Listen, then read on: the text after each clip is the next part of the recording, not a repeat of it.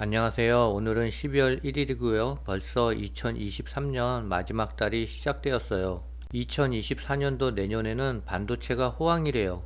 중국 증시는 일부 외국인이 사자로 돌아섰대요. 비아디에 대해서 매수 의견이 나왔는데요. 앞으로 60%더 오른다고 해요. 구독, 좋아요 부탁드립니다. 차이나 전기차는 오늘 조금 올라서 마이너스 53%고요. 필 에너지를 600만원 정도 매수를 했는데 마이너스 3%입니다. SOXL은 1.5% 정도 하락을 하고 있어요. 그래서 71% 수익 구간이에요. 매집봉이 나와서 필 에너지를 단타를 칠 요령으로 매수를 했는데요. 저희 예상과는 달리 빠른 상승은 나오지 않고 있어요. 다음 주 정도 보다가 거래량이 터지지 않으면 전량 매도를 할 생각입니다. 내년 메모리 반도체 시장 규모가 올해보다 40% 이상 커질 전망이래요. 스마트폰용 메모리 가격이 올 4분기 30% 가까이 치솟는 등 반도체 가격이 뜀박질한 결과래요. 눈덩이 적자를 내던 삼성전자 반도체 사업부와 SK하이닉스의 내년 합산 흑자폭은 20조 원을 웃돌 것이라는 관측이 나왔어요. 반도체 시장이 기지개를 켜는 것은 제품 가격이 빠르게 올라간 결과래요. 삼성전자 등은 올 4분기 대형 스마트폰 고객사에 공급하는 모바일 D램 가격을 25%에서 28%가량 인상한 것으로 알려졌어요. 시장 예상치를 넘어서는 상승폭이래요. 시장조사 업체인 트렌드포스는 4분기 모바일 D램 고정거래 가격 상승률을 13%에서 18% 정도 내다봤어요. 고정거래 가격은 반도체 회사들이 대형 고객사의 제품을 납품할 때 거래되는 가격이래요. 메모리 시장이 회복기에 접어든 것은 삼성전자, SK하이닉스, 마이크론 등 메모리 빅3가 올 들어 나란히 생산량을 감축한 결과래요. 삼성전자는 지난 4월 감산을 공식화한 이후 DDR4와 128단 랜드 프레시를 비롯해 구형 메모리 제품을 중심으로 생산량을 줄였대요. 생산량이 줄어들면서 PC, 스마트폰 고객사의 메모리 재고량도 감소했대요.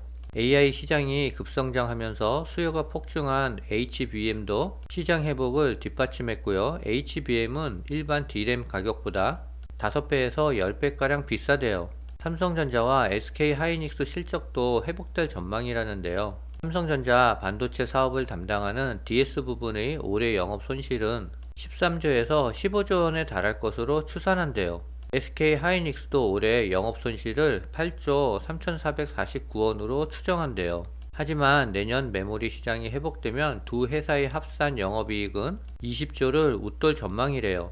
증권계는 내년 삼성전자의 DS 부분 영업이익 전망치를 14조에서 15조 정도를 내다보고 있고요. 같은 기간 SK하이닉스의 영업이익은 8조 4,566억을 내다본대요. 반도체가 내년에 더 좋아진다니 SOXL은 꾸준히 들고 가야 될 것 같습니다.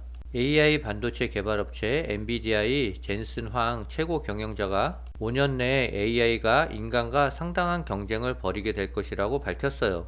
AI 기술의 고도화로 5년 뒤에는 범용 인공지능인 AGI 수준에 올라설 것이라고 내다본대요. AI가 인간을 압도하고 있다며 이같이 말했답니다. 그는 AGI를 인간 지능과 경쟁하는 방식의 테스트를 통과할 수 있는 컴퓨터로 정의한다면 앞으로 5년 이내에 이와 같은 수준의 AI를 보게 될 것이라고 강조했어요. 또 엔비디아의 황 CEO는 미국 정부의 중국에 대한 AI 반도체 수출 통제 조치 강화와 관련해 공급망 독립은 반드시 가야 할 길이라면서도 중국으로부터 공급망을 독립하는데 최소 10년은 걸릴 것이라고 내다봤어요. 황 CEO의 평가는 자국 내 반도체 공급망 구축을 목표로 반도체 지원법을 도입한 미국이 여전히 갈 길이 멀다는 것을 시사했어요. 그는 중국 사업과 관련해서는 할 수 있는 사업을 하려고 노력한다라며 중국 시장의 중요성을 재확인했어요. 그것은 엔비디아의 전체 매출에 중국이 차지하는 비율이 20%이기 때문이래요. 우리의 미래는 인간이 점점 더 설 자리는 없어지는 것 같아요. 친환경 전략을 통해 탄소 중립과 경제 성장 두 마리 토끼를 잡는다는 미국의 녹색 경제 전략이 흔들리고 있대요. 전기차 및 신재생 에너지 산업이 정부 지원을 등에 업고 성장했으나 수익 창출에 어려움을 겪고 있대요. 월스트리트 저널은 지난달 30일 지난 몇 년간 워싱턴과 월스트리트는 탄소 중립으로의 전환이 경제적으로 큰 도움이 될 수 있다는 환상을 갖기 시작했지만 올해 그 환상은 끝났다라고 보도했어요. 전기차 제조업체의 부진은 녹색 경제 위기를 보여주는 대표 사례래요.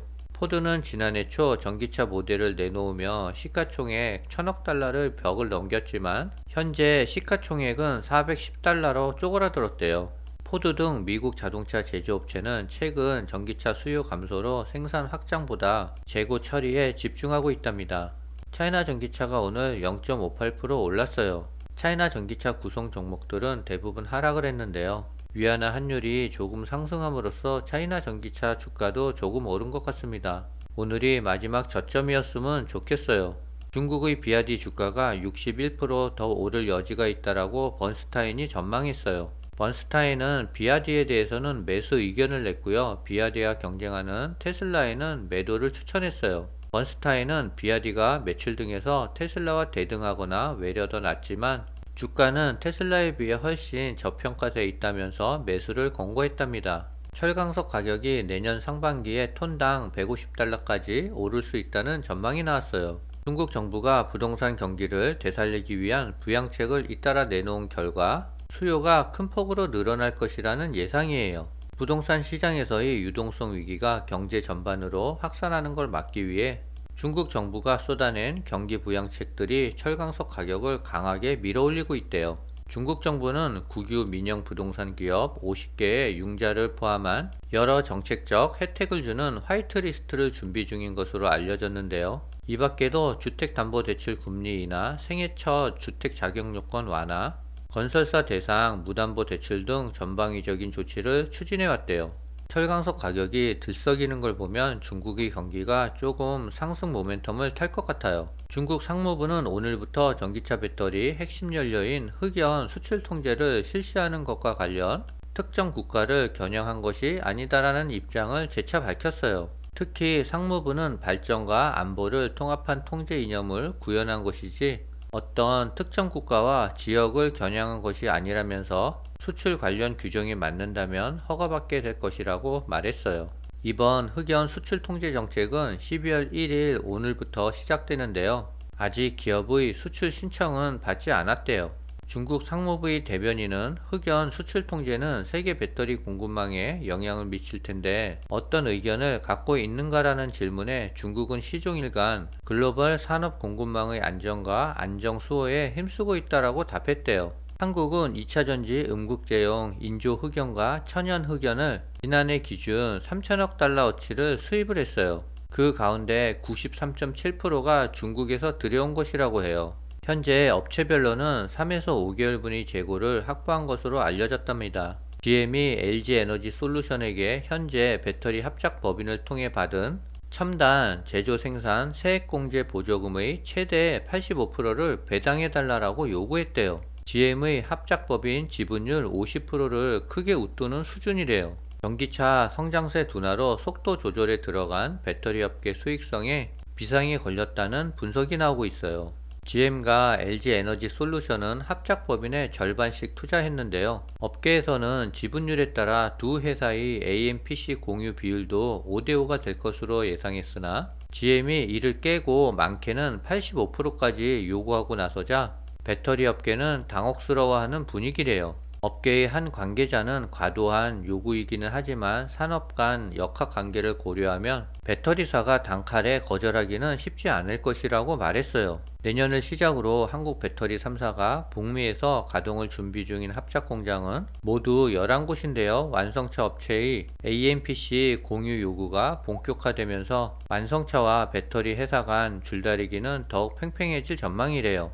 30일 중국 증시는 혼조세로 마감했는데요. 경제지표 부진 등 하락 요인과 부양책 확대 등 상승 요인이 팽팽하게 맞서면서 간망세가 짙어진 영향이래요. 외국인은 사자를 외쳤대요. 이날 상하이 선전 증시에 유입된 외국인 자금은 85억 1,600만 위안에 달했대요.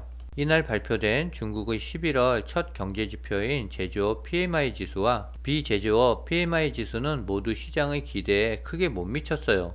제조업 PMI 지수는 49.4로 전달 대비 0.1포인트 하락하며 두 달 연속 위축 국면에 머물렀고요. 중국 국가통계국은 수요가 둔화된 영향이라고 설명했어요. PMI 지수 부진으로 시장은 추가 부양책을 기대하고 있대요. 저우하우 이코노미스트는 11월 제조업 PMI 지수는 정부의 정책 지원에 대한 기대감을 더욱 높일 것이라며 내년에는 재정 정책이 중심으로 떠오를 것이라고 전망했습니다. 중국이 한국의 최대 전기차 수입국으로 급부상하고 있대요. 자동차 부품 시장도 중국 기업들의 영향력이 확대되어지고 있다 하고요. 중국 정부의 전폭적인 지원에 힘입어 저가 공세로 국내 시장 공략을 본격화하고 있대요.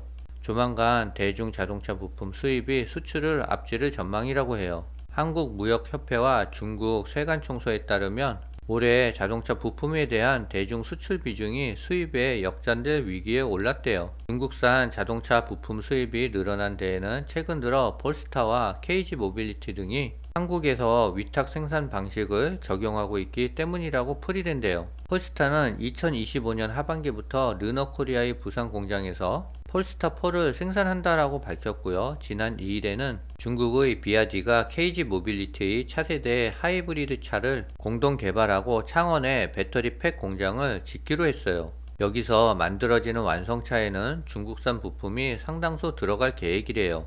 이에 전문가들은 가성비를 앞세운 중국산 부품의 국내 시장 장악이 점차 확대될 것으로 전망되는 만큼 차별화된 독자적인 기술 확보가 필수라고 지적했어요. 익명을 요구한 국내 자동차학과 교수는 전동화 분야에선 오히려 중국 업체가 국내 업체보다 앞선다는 평가도 나온다며 눈앞의 판매만 생각할 게 아니라 10년 뒤를 위한 다음 단계 선행 기술 개발에 적극 나서야 한다라고 말했대요. 지금 시간 저녁 11시 30분인데요. SOXL은 4% 가까이 하락을 하고 있어요. 오늘은 여기까지입니다.